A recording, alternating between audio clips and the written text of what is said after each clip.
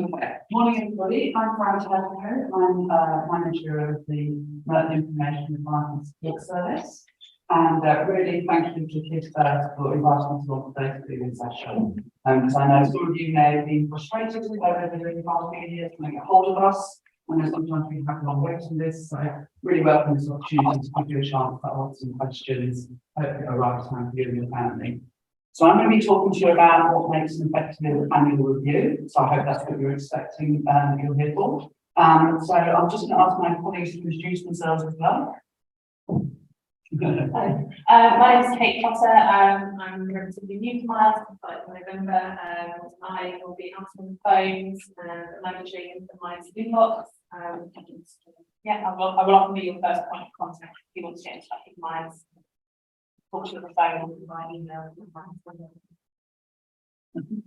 Hi, I'm Shazia Khan. I am currently the child and young person support worker. I usually take cases that are on the level 3 level, so there's a lot of advice and guidance and support going into review. So that's something in my show. Thank you. So Kate's our newest member of the team, been with us 4 months today. Yeah. So if you like to do the slides, I'll just give them. Can I just ask, can everyone see the screen okay? Do you want me to decide? Yes. All right. Question. Yes, there are. That's us. So both Strata and I are full time. Kate is term time only. As she mentioned, she's going to be in the office most mornings, being able to answer the phone and hopefully be able to give you maybe book an appointment with us or tell you whereabouts will be or something like that. That's our route. So we're talking a bit about who we are and what we do. We're also hoping I'm doing a drop-in focused on early years, I'm there time only on a Friday morning from 9:30 to 11 Thursday. And hopefully Shazia and Kate will also be available at Children's Centres, which is setting that up for them. Thank you. So today, as I said, we're going to cover the whole process of annual reviews. I'm hoping we're going to take up the whole time. We're hoping we're going to finish by, definitely I'll be finished, we'll be finished by 12 noon. So if you've got any questions, we're hoping there's going to be time at the end where you can speak to us individually if you want to. If we can't answer your questions today, then we'll book an appointment for you. But hopefully we'll be doing finish doing the presentation bit by 12 noon, if not a bit before. Yeah, so we'll cover the whole process of annual reviews. We're going to split it between myself and Shazia. So I'm going to talk about what an annual review is and what to expect before the meeting. Then Shazia is going to cover the actual meeting itself, and then I'm going to talk about what happens after the meeting.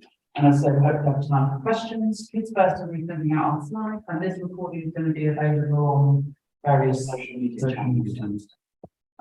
So can I just ask first of all, in terms of annual reviews and things you've come to find out about today, is that what you were expecting? Right, okay, perfect, okay. So I'm going to do the very dry kind of, this is what the law says bit, and then Charlotte's going to talk a bit more about kind of the meeting itself and some tips. So I'm just going to go through the kind of the legal framework. So forgive me if some of you, this is your 5th annual review, some of you it might be your 1st annual review. So I'm just going to whisk through this. And just bear in mind, we're going to get the signs. So basically, an annual review is a review of the EHCP. So if your child's got an EHCP, there'll be a date. You have the front sheet, which has got the lovely jigsaw picture on it. And then on the inside cover, you've got more details, and above that, there's a date. And that's the date of the last version of the EHCP. So the law says that local authorities must ensure that EHCPs are reviewed at least once a year. And if your children are under 5 years old, at least every 3 to 6 months, obviously because they change more quickly. Sometimes they can be older than, reviewed more quickly than that, and we'll talk about that a bit later, but that's what the law says. And it must be reviewed and amended in good time when children are due to move on to the next stage of their education, e.g. primary to secondary, nursery to reception, and then post-16 as well. And that's where sometimes it's worth, you might have an idea of, yes, my EHCP is dated May, so my next review is going to be May next year. If your child is moving to secondary school, then it should be a good idea to try and have that annual review earlier. And a lot of schools and local authorities and EHCP coordinators, people know who EHCP coordinators are, will be mindful of that.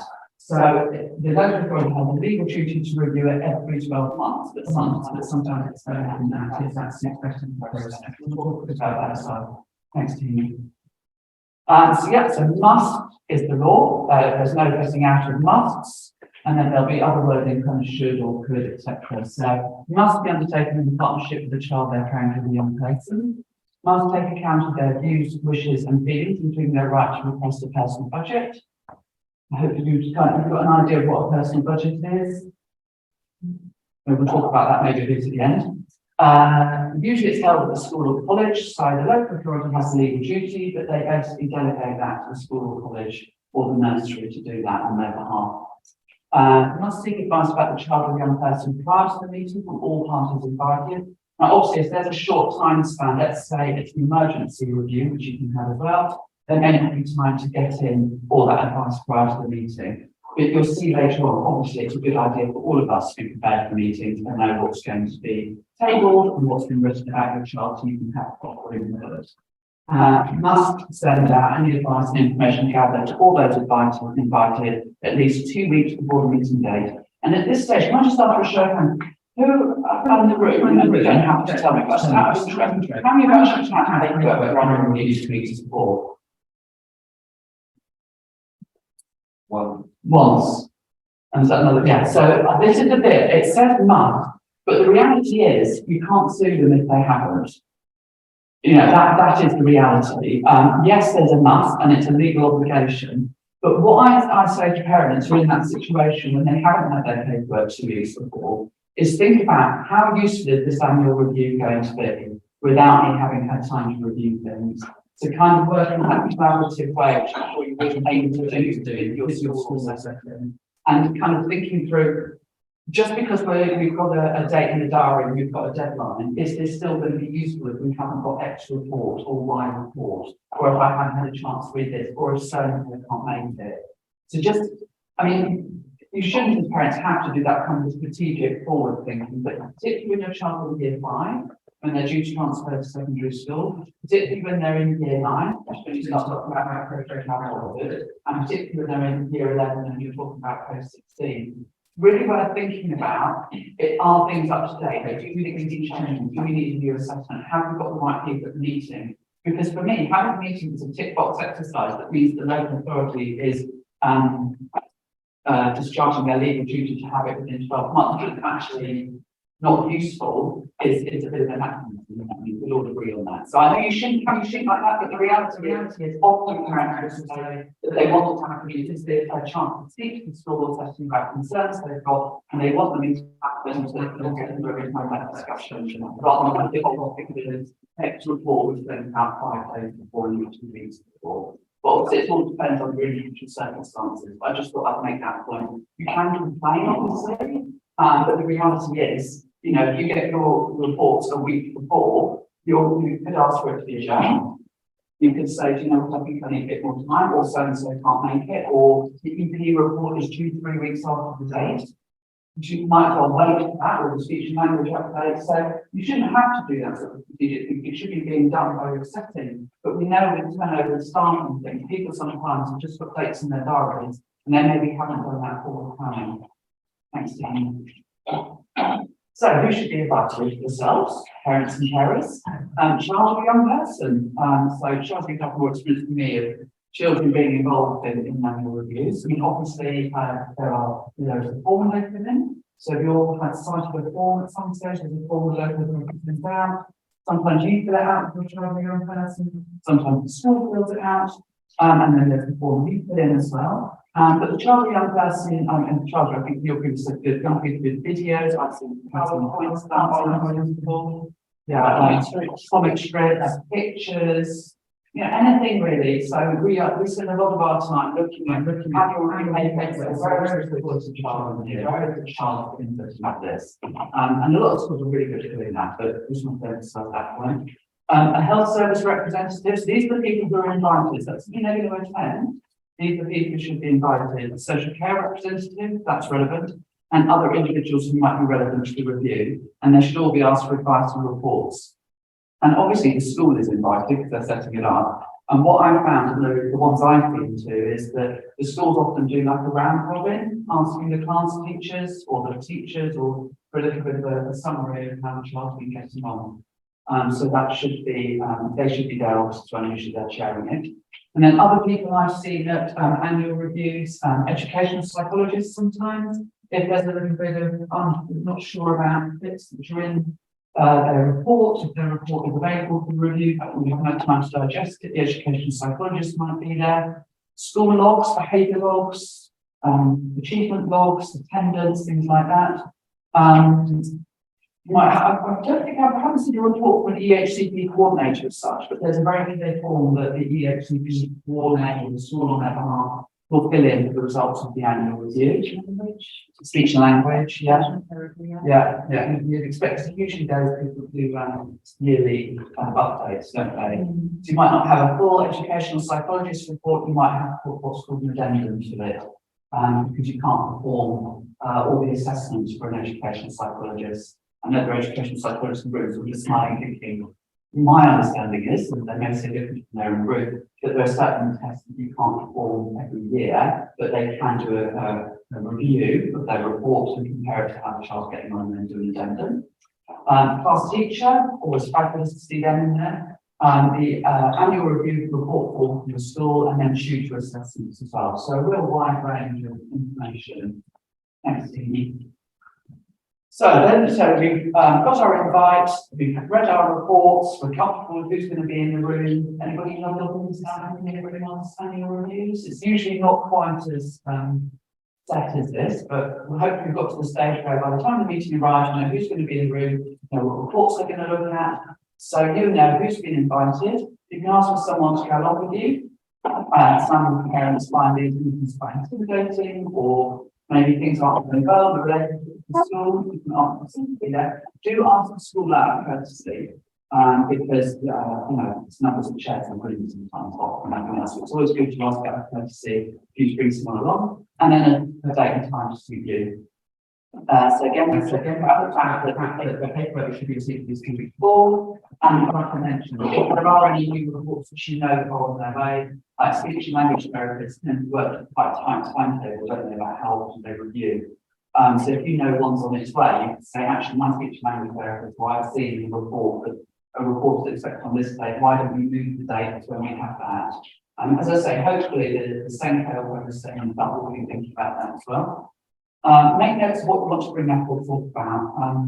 You know, I'm sure you're all very familiar with your paperwork and feel quite confident around that. And if you don't, we can help with that side of things. But do make notes about what you want to talk about, because it can be quite overwhelming in the meeting itself. So do make some pointers if you think what you want to think about. Let the school know any reasonable adjustments that you need, if you might need a break. If there's something particularly you're worried about, or you know, just be as open and transparent as you can be. And obviously these days maybe online. You know, a lot more so lucky to see more face to face. But yeah, often a lot of meetings we go to are online, and the good thing with that is you can get more relevant people in the room generally. So there's kind of ups and downs with these things. And then knowing who's attended, obviously, generally it will not be the same as people who have been invited. So generally, school will, it's a bit difficult. I'm not sure entirely how schools decide who's going to be in the room. So if there's somebody you particularly think needs to be in the room, do speak to the school about that. But there's also limited availability of professionals, and then we can be shut down and count and their students. So it's kind of getting the balance one next. And Merton has about 3,000 EHCPs, so the EHCP coordinators do not attend every annual review. But they do try and attend your year 5 and your year 9 annual review. So you should, if you've got a year 5 or a year 9 one coming up, it's worth reminding the school and saying the local authority has said, and if I know I've got one coming up and I haven't seen that the EHCP, I'll put the EHCP coordinator email and say, I'm going to annual review for a year 5, I will come on. Because it's really important to have them in the room and they can get that commitment and have. They've expanded their team on the basis that they can do it. And yes, so as I say, highlight that and the EHCP coordinator should coordinate that. So this is where this is me trying to. I'm not very good with colours and fonts and things. You can say that says think positive. I thought we'd jump out on that. So I know you may well have had lots of meetings, which have been very frustrating, maybe upsetting the school and professionals on this journey. You know, you may have had times when you've had to go to the school and it's been very stressful for you. But this meeting should feel organised. I know what's going to be talked about. I know what reports are available. I know you can be in the room, and it should absolutely be focused on the child and young person's voice. So I thought I'd kind of bring that to it, that hopefully this meeting will feel less stressful for you, more organised, and should be focused on the child and young person's voice.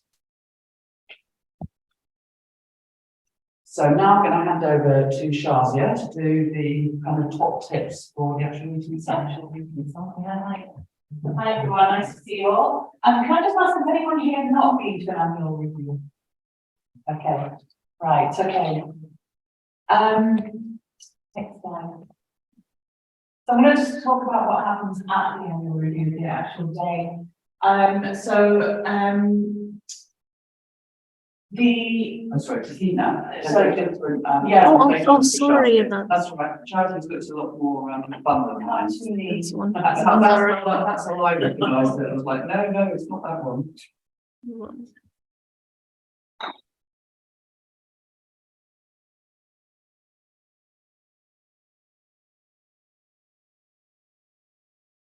Thank you. Lovely, thank you.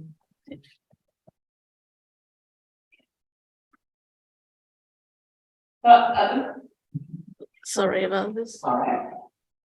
That's always worth seeing twice, that one.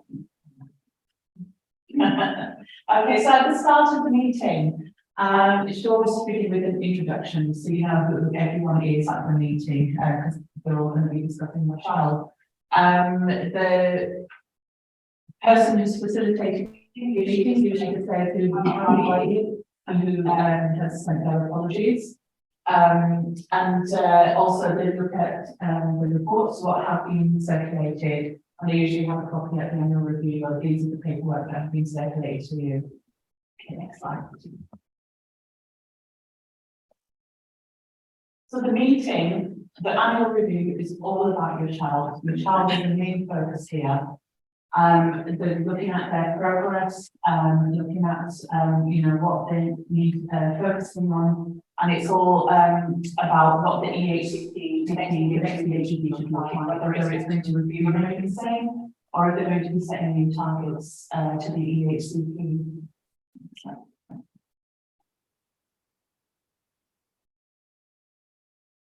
So step by step, so before the annual review, they've collected advice from yourself to get your views, to get your child's views.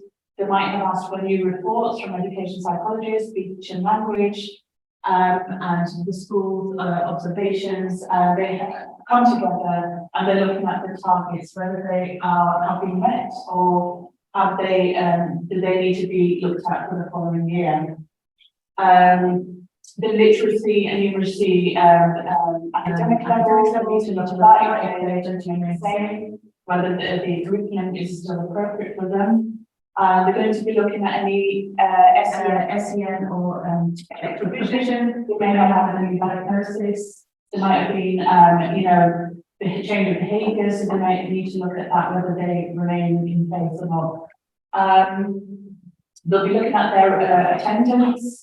And also they want to get the child voice in there. So whether the child attends or not, they can send something like a video, like a presentation, like a comic book, but as long as in a meeting, the child's voice is heard.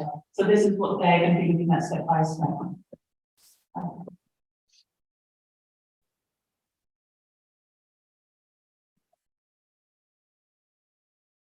So the meeting will consider the following questions.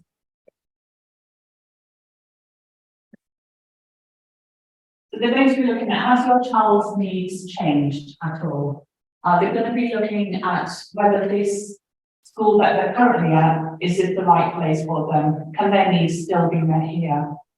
They can also be looking at seeing the EHCP. So if your child has met all the targets, and this is usually done later on, like in secondary or before they're in the post-16 It's very unusual to happen in the primary at a time, but it could be considered, so that's something they look at as well. Should it be amended in any way? So again, the targets, these targets, they need to remain in place. School transport could be discussed. But if they're getting school transport, does this need to continue? Do they need to start looking at independent travel training? So they'll be looking at that as well. And any further action, and by who? So there could be some actions that some of the professions need to take, or school staff need to take, or the parent might need to take. So they take that into account as well.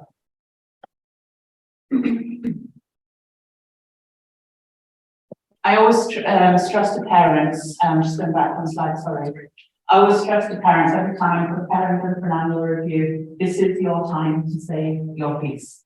This is your time to, so if you're going to get a questionnaire to get your views, put down as much as all your concerns, all your worries, put it down, because they might not be able to cover it in the meeting, everything, but at least they'll get a chance to read it beforehand.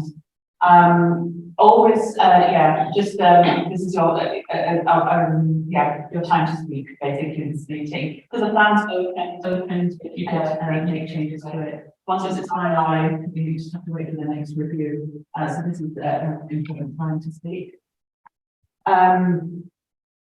Because also, as Fran mentioned, there's the transitions, like the year 5, the phase transfer, when you're transferring on to secondary school, or if they're preparing for adulthood. So year 9 onwards, they start looking at when they're looking at the EHCP, they'll put in targets where they can prepare them for adulthood, independent learning, living, preparing for adulthood, all that. And then they're looking at the post-16 organisation. So if it's a year 11 annual review, and they know where they're going next year, you can ask the member of staff from the following provision to come along, member of staff from the college or the school that they're going to be attending, so they can come along as well. So that's the transition period. Right, please. Thank you.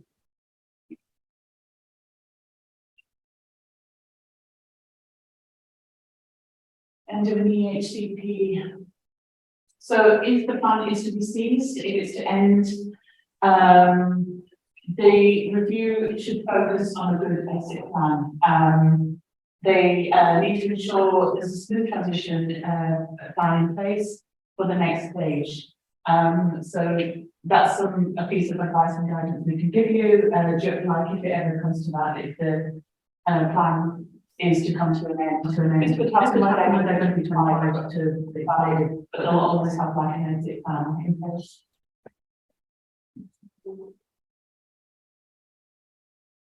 So this is your time to speak, as I said.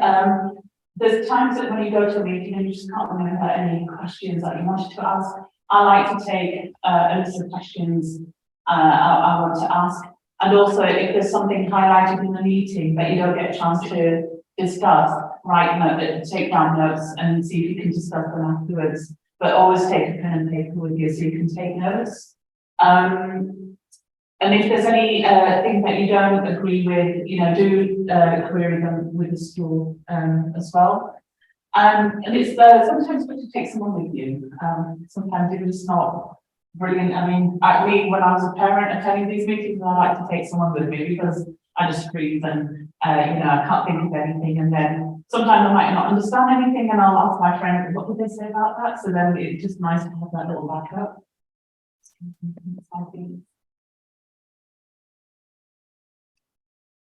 So it says any questions, but when are we taking questions? So we will have that, but so that's the if you have any questions, please do ask me afterwards. Thank you all for your attention.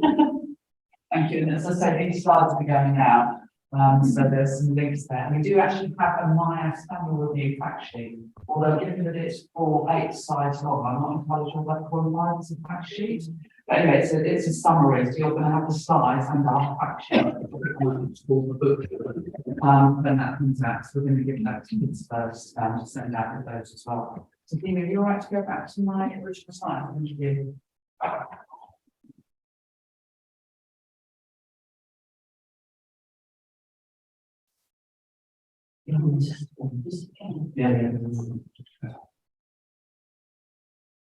Okay, so you had your meeting, which has been outcome focused. So when we talk about the outcomes, that's in section E.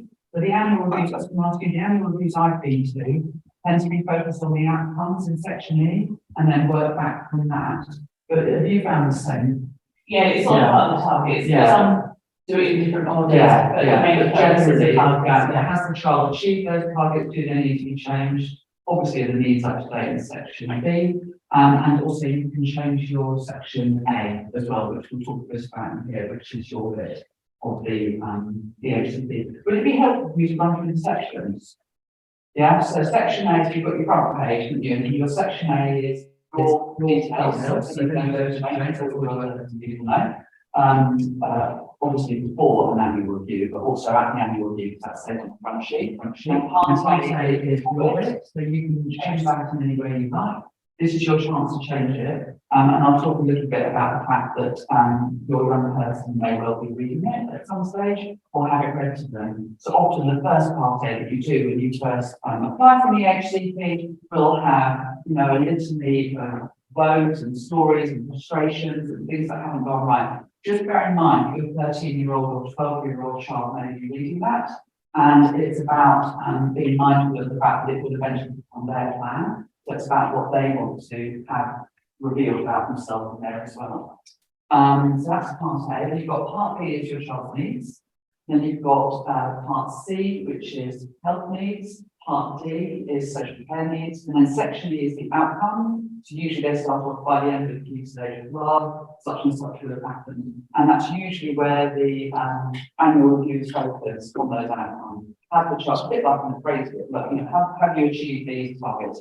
Do they still remain relevant? If they're not relevant and they haven't been achieved, were they the wrong targets at the beginning? Have any of the reports, so you'll see your speech language report or education psychologist report often split sections, and you'll start to recognise, I'm sure, the kind of the outcome bit, and then they'll have provision next door to that. So that's your section A, and that's usually what the annual review is focused on. And then section F is the provision. So for every need that's in part B, you have to have a provision in part F, so those two should match up. And section E, part F is the provision to enable the child or young person to achieve the targets in section E. And then you've got your G, which is your health provision, H, which is your social care provision, which generally there's only things written in the social care provision if there's either some sort of place or if there's some sort of personal project or short break package. Sometimes that's written there. And then section 9 is placement, your school, your setting. Sometimes it's title schools, what the law says that 69 were the HDP either have to name the school, the setting, or the title setting. And then you've got J, which is the funding basis, and then K, which is the school report. So the annual review report that comes out of your annual review will actually then form the basis of your EHCP. So your EHCP will just gradually get longer and longer and longer. So it's got the history in there. If anybody needs to look through. And that's worth remembering that no one who asks for it to be sent to you, you might want to ask for the appendices as well, because sometimes the appendices. And also, if you look at something, at some point, you think that's a brief right, I don't think that's right. You'll know your reports are all there. You don't have to kind of dig out and find your own reports and do it. Should be track and track, and there should be a list of the questions involved as well. Okay, so that's a little bit of a diversion. I think quite often people part B, part E, part F. I know when I first started, I was sat there, I had to have a group note next to me because everybody was doing it. So going back to what happens after the annual review, the school or college sends out the completed notes from the report to all present within 2 weeks of the meeting, and that's the format I was mentioning at the beginning, which schools have on the local college beginning. And there's tick boxes in there at which bits need to be changed. There'll be usually the outcomes and then a note whether they've been met or partially met. And usually that's in the annual review paperwork afterwards. And they will start putting in place the new recommendations. So in theory, there should be, there's been changes to the agreed, that should start happening. Local authority receives all that paperwork, and then they make the decision, sometimes via the panel. So it's whether should the EHCP remain unchanged? Does it need to be changed? I mean, the local authority talks about amended, but I thought I'd use the word changed to make it really clear. Including the change of type of provisional support, or should the EHCP be ceased? And then you will receive, some of you may have received something called an amendment letter. Within 4 weeks of the date of that, and that will tell you what the local authority is going to do. So in theory, the local authority said, no, we don't agree with any of this, I'm not going to change it, I'm going to change it. I've had that. I think generally, no, I've not come across them doing that kind of overriding the meeting, but in theory, there are options open to them. And then it needs to be changed, including the type of provisional school. So if you are looking for a change of school or type of provision, so if you're in primary, you're moving secondary, maybe you're in a mainstream primary school and you want to consider specialist secondary, then it'd be a good idea to make sure that's ticked, that the provision type might need to be changed, because that would have to go back to panel. And sometimes that one little box can make all the difference. The local authority will get the paper, scan it, look at what needs to be changed in my research, it's not ticked. As I said, they must inform you within 4 weeks of the meeting. Once they've got the information from the college, they then look at it and say, right, what are we going to do? This is what we're going to do. They're right with it saying, this is what we're going to do. Okay, you're still with me. Thanks, Ian. So if it is amended, you will then get a draft amended plan, and you have 15 days to comment on it and to get your representation back to your EHCP coordinator. If you're not able to do that for some reason, do let them know. Obviously, at some stage or another, the plan has to be closed and has to be finalised as amended. As Shazia was saying, it's a really important time when your plan's open for you to make changes. So it's really important to make sure you've got everything that you think is needed to be. If they decide they're going to amend the plan, they must distribute ASAP later than 8 weeks of regional justice. So if you amend that letter, probably then the time starts thinking that you've got 15 days to get back and make comments. And if it doesn't make sense, it's why it happened in 8 weeks. And as I said, the annual review of reports and advice are added to the up-to-date EHCP. And if you disagree with the final plan, we can also support you with that as well. So part of our role is to support you with informal mediation, with mediation, and support up to and including tribunals as well. So if you and the local authority have a disagreement, the local authority decides to override you and then issues the final plan. From that date, the plan is issued, you have a right to appeal. So all is not lost, and we support with that. Thanks, Tina. So Merton, which I think is quite unusual, the local authorities talking to other IAS colleagues. They do offer informal mediations, which is basically meetings with the team managers. There's some formal, there's something called a next steps meeting. I don't imagine you would need to have, because generally there's no to issue and no to assess decisions you may have on the past. You can also request formal mediation, which you may have noticed global mediation details in your letters. They're the people who are paid by the borough or commissioned by the borough to make sure you're right to formal mediation. And you don't go through formal mediation if you just disagree with the type of school or the school is named in section I, but that's a kind of legal nuance. But and then you can make them feel direct to the tribunal either after mediation or instead of mediation. But at the moment, tribunals are taking about a year until they're listed, so it's definitely not a quick fix. Tribunals are very keen now. They've got something called casework.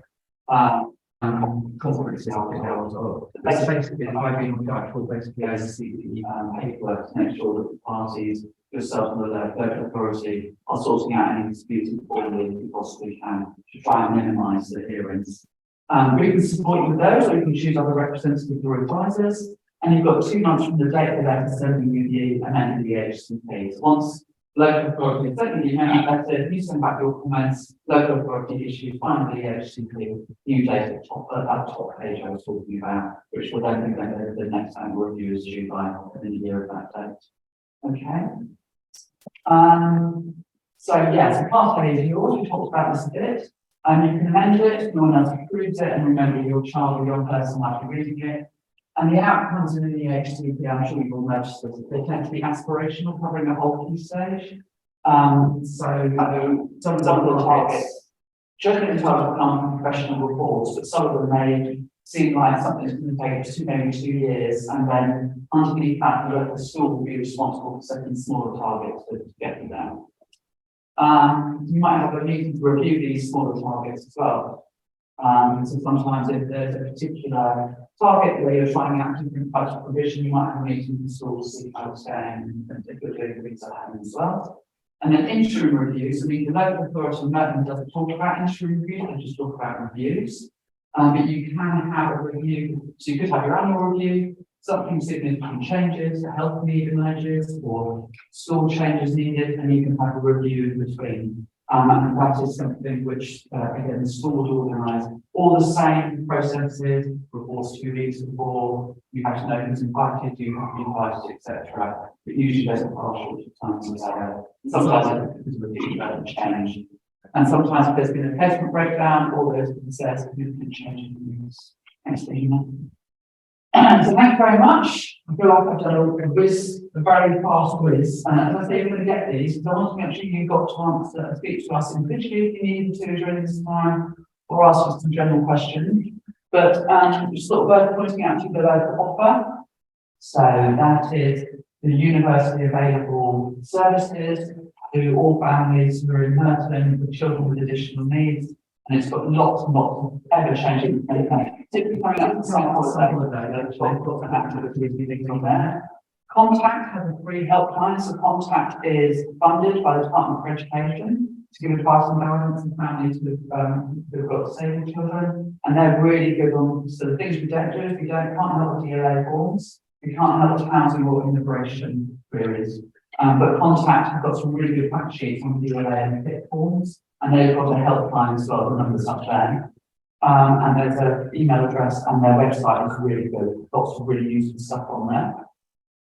What's the last one? Do you know? There's some more links on there, yeah. So there's our contact details on the leaflets at the back of the room there.